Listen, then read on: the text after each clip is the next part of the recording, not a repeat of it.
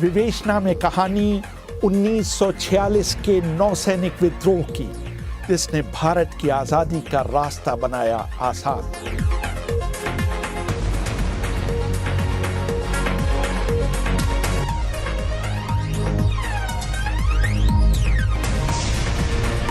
अभिवादन स्वीकार करिए रेहान फजल का। भारत की आजादी के कई वर्ष बाद जब ब्रिटेन के पूर्व प्रधानमंत्री क्लेमेंट एटली कोलकाता आए तो पश्चिम बंगाल के राज्यपाल द्वारा दिए गए राजकीय भोज के दौरान कलकत्ता हाईकोर्ट के मुख्य न्यायाधीश पीवी चक्रवर्ती ने उनकी तरफ झुककर पूछा, आपकी नजर में अंग्रेजों के भारत को आजाद करने में महात्मा गांधी के भारत छोड़ो आंदोलन की क्या भूमिका थी? एटली के जवाब ने वहां मौजूद लोगों को अचंभे में डाल दिया। उन्होंने कहा, गांधी के आंदोलन का हम पर कोई खास असर नहीं पड़ा। भारतीय रक्षा सेनाओं में असंतोष और खासकर नौसैनिकों द्वारा की गई बगावत ने हमें समय से पहले भारत छोड़ने के लिए मजबूर कर दिया। आम भारतीय की नज़र में यहाँ सिर्फ एक बगावत हुई थी 1857 में, जब भारतीय सैनिकों ने अंग्रेज़ों के खिलाफ विद्रोह कर दिया था। एटली जिस बगावत का जिक्र कर रहे थे वो 18 फरवरी 1946 को हुई थी, जिसमें करीब 2000 भारतीय नौसैनिकों ने भाग लिया था और सुरक्षा बलों द्वारा चलाई गई गोली में करीब 300 लोगों की मौत हो गई थी। इन विद्रोही नौसैनिकों ने बंबई के आसपास के समुद्र में खड़े पोतों पर कब्जा कर उनकी 4 इंच की तोपों का मुंह गेटवे ऑफ इंडिया और ताज होटल की तरफ मोड़ दिया था और अंग्रेजों को चेतावनी दी थी कि अगर उन्हें नुकसान पहुंचाया गया तो इन इमारतों को ढहा दिया जाएगा। विद्रोह की शुरुआत हुई थी 18 फरवरी 1946 को, जब संचार प्रशिक्षण केंद्र HMIS तलवार के युवा नौसैनिकों ने नारा लगाया, खाना नहीं तो काम नहीं। उन्होंने खराब खाना दिए जाने के विरोध में अफसरों का हुक्म मानने से इनकार कर दिया। लेफ्टिनेंट कमांडर GD शर्मा अपनी किताब untold story 1946 naval mutiny last war of independence में लिखते हैं, उस जमाने में नौसैनिकों को नाश्ते में दाल और डबल रोटी दी जाती थी। हर दिन एक ही तरह की दाल परोसी जाती थी। दिन के खाने में भी उसी दाल में पानी बनाकर चावल के साथ परोस दिया जाता था। 17 फरवरी की शाम को ही 29 नौसैनिकों ने विरोध स्वरूप खाना नहीं खाया। उस समय ड्यूटी ऑफिसर बत्रा और सचदेव ने न तो उनकी शिकायत को दूर करने की कोशिश की और न ही इसकी सूचना अपने आला अफसरों को दी। ये नौसैनिक बिना खाना खाए ही सो गए। अगले दिन नाश्ते में भी वही खराब दाल परोसी गई। बड़ी संख्या में नौसैनिकों ने नाश्ता करने से इनकार कर दिया और नारे लगाते हुए मेस से बाहर निकल आए। इस नौसैनिक विद्रोह पर एक और किताब 1946 naval uprising that shook the empire लिख रहे प्रमोद कपूर बताते हैं कि तलवार पर विद्रोह की चिंगारी भड़की उसके लंबे चौड़े commanding officer Arthur Frederick King के नस्लवादी व्यवहार के कारण। तो उन्होंने उनकी कार का टायर डिफ्लेट किया और कार पर क्विट इंडिया और जय हिंद लिख दिया। अब जब कमांडर किंग लंबा चौड़ा, लोग कहते हैं man with a big body and very small brain, उसने जब ये देखा तो वो उसने गालियां बुरी तरह दे दी, you bloody coolie, sons of coolies and sons, इस तरह की बातें उन लोग कही। That was the trigger. पहले उस दिन रात को खाना नहीं खाया इन लोगों ने। सुबह जो है जब बोगल बजा कि भाई आप लोग आइए, तो वहां पर ये लोग कोई गए नहीं, ये अपने बैरक्स में थे। जब कमांडर किंग वहां गया, उसने देखा कि ये तो कोई सिगरेट पी रहा है, कोई लेटा हुआ है, न कोई देख रहा है, तो वो और गर्म होके गालियां वालियां देके बाहर आ गया। थोड़ी देर बाद नौसैनिक ट्रकों पर सवार होकर बंबई की सड़कों पर नारे लगाते घूमने लगे। खबर फैलने लगी कि सरकार के खिलाफ कुछ बड़ा होने जा रहा है। ये नौसैनिक सुभाष चंद्र बोस की इंडियन नेशनल आर्मी से प्रभावित थे और अपने आंदोलन में बंबई के लोगों को भी जोड़ लेना चाहते थे। दिल्ली विश्वविद्यालय में प्रोफेसर अनिरुद्ध देशपांडे अपनी किताब hope and despair, mutiny, rebellion and death in India 1946 में लिखते हैं, प्रशासन को एक तरह से लकवा सा मार गया और नौसैनिकों ने यूएस लाइब्रेरी में अमरीकी झंडे को उतारकर उसे जला दिया। उन्होंने यूरोपीय लोगों के स्वामित्व वाली दुकानों जैसे लॉरेंस एंड मेयो पर पत्थर फेंकने शुरू कर दिए। बहुत से भारतीय दुकानदारों ने या तो डर या नौसैनिकों के समर्थन में अपनी दुकानें बंद कर दी।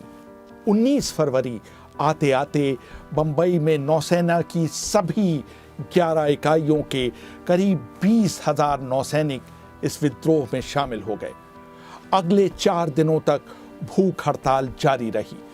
दोनों पक्षों की तरफ से एक दूसरे को धमकाया जाता रहा। नौसैनिकों ने बंबई बंदरगाह के आसपास 22 पोतों पर कब्जा कर लिया। अंग्रेजों ने नौसैनिकों को डराने के लिए बंदरगाह के ऊपर बहुत कम ऊंचाई पर युद्धक विमानों से उड़ानें भी भरी। भारतीय नौसेना के फ्लैग ऑफिसर बॉम्बे ने रेडियो पर संदेश प्रसारित कर बगावत करने वाले नौसैनिकों से बिना शर्त आत्मसमर्पण करने की अपील की। विद्रोह को कुचलने के लिए सबसे शक्तिशाली ब्रिटिश पोत HMS ग्लास्गो को श्रीलंका में त्रिनकोमाली से तुरंत बंबई के लिए कूच करने के लिए कहा गया।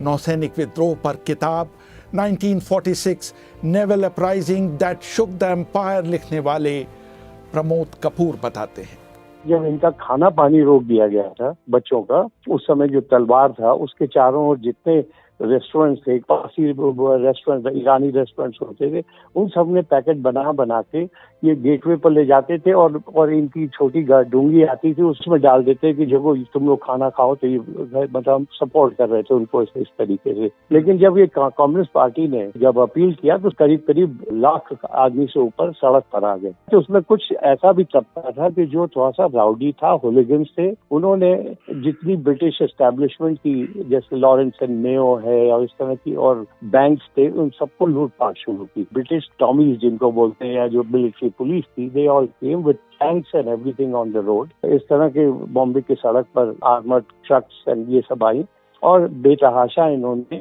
गोलियां चलाई और करीब 20 जगह गोली दिन भर चली। पहले दिन तो कहते हैं कि 100-150 लोग मरे, लेकिन टोटल जो 2 दिन में जो ऑफिशियली मतलब जो बताया गया फिगर वो करीब करीब 400 लोगों का था। महात्मा गांधी ने यह कहकर इस बगावत का विरोध किया कि ये उनके अहिंसा के सिद्धांतों के खिलाफ है।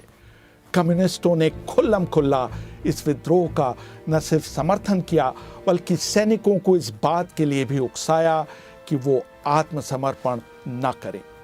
कम्युनिस्ट पार्टी के पत्र पीपल्स एज में गंगाधर अधिकारी ने गांधी, पटेल और नेहरू की आलोचना करते हुए संपादकीय में लिखा, पटेल ने उन लोगों के लिए आंसू बहाए जो मारे गए हैं और उन लोगों की निंदा की जिन्होंने गुंडागर्दी की, लेकिन उन्होंने ब्रिटिश सेना की गुंडागर्दी के लिए एक शब्द भी नहीं कहा।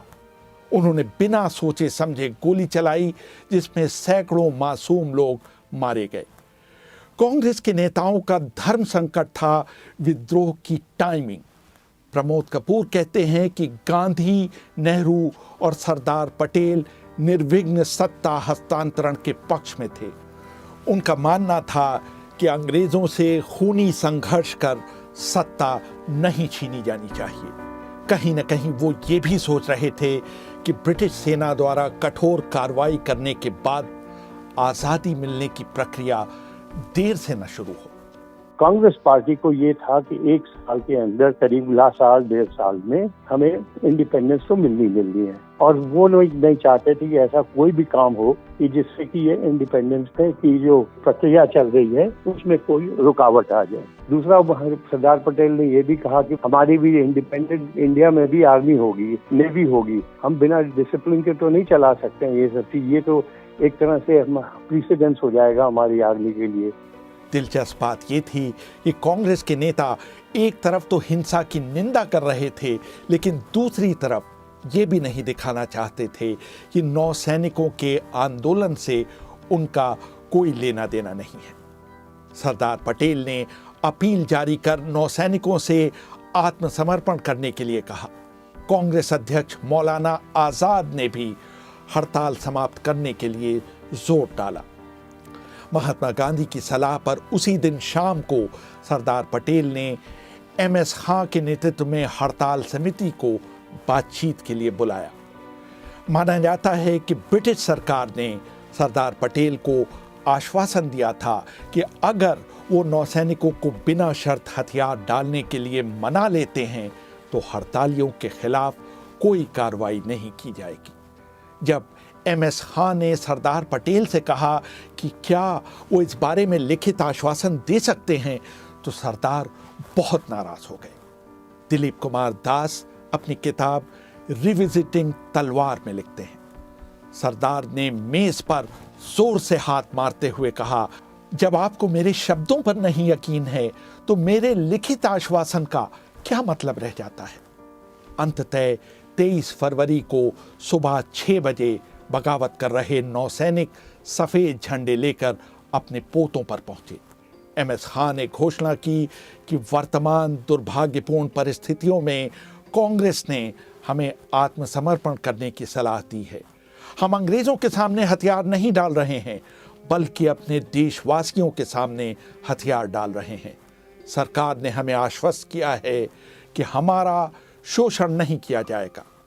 आत्मसमर्पण के दस्तावेज को अंतिम रूप कम्युनिस्ट नेता मोहन कुमार मंगलम ने दिया, लेकिन अंग्रेजों ने सरदार पटेल और नौसैनिकों से किया गया वादा नहीं निभाया।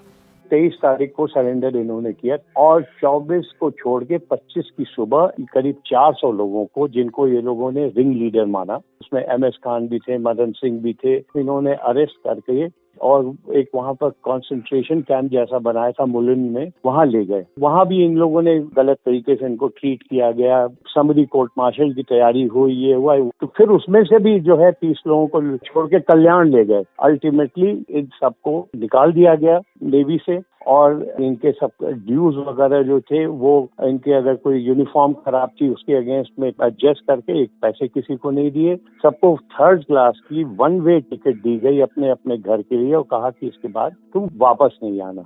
इन नौसैनिकों को सबसे बड़ा दुख इसलिए भी हुआ कि आज़ाद होने के बाद भी भारतीय नेताओं ने इनकी सुध नहीं ली। इस बगावत में भाग लेने वाले एक नौसैनिक विश्वनाथ बोस ने एक किताब लिखी, RIN म्यूटिनी 1946। इसमें उन्होंने नेहरू को लिखे अपने पत्र का जिक्र करते हुए लिखा, मुझे इन नौसैनिकों का नेता बताकर न सिर्फ गिरफ्तार किया गया बल्कि नौकरी से भी निकाल दिया गया। जेल से छूटने के बाद मैं आपसे लगातार संपर्क करने की कोशिश कर रहा हूं ताकि मुझे मेरी नौकरी वापस मिल सके। अगर इस तरह का कोई कानून है कि आज़ादी की लड़ाई में भाग लेने के बाद किसी को सरकारी नौकरी नहीं दी जा सकती, तो मेरा आपसे सवाल है कि कांग्रेस पार्टी के नेता होने के कारण आप भी जेल गए थे, लेकिन आप तो प्रधानमंत्री का पद सुशोभित कर रहे हैं और हम लोग सड़क पर हैं। दूसरे विश्व युद्ध के बाद जवाहरलाल नेहरू ने जहां इंडियन नेशनल आर्मी के सैनिकों पर चल रहे मुकदमे में उनकी मदद करने के लिए सालों बाद अपना वकीलों वाला काला गाउन पहना, लेकिन अंग्रेज़ों के खिलाफ विद्रोह का बिगुल बजाने वाले इन नौसैनिकों को आज़ादी के बाद न तो बहाल किया गया और न ही उन्हें स्वतंत्रता सेनानी का दर्जा ही दिया गया। उनको एक तरह से भुला दिया गया। उनके इस कारनामे को भारतीय इतिहास में भी वो जगह नहीं मिल पाई जिसके कि वो हकदार थे। रेहान फजल, BBC, दिल्ली।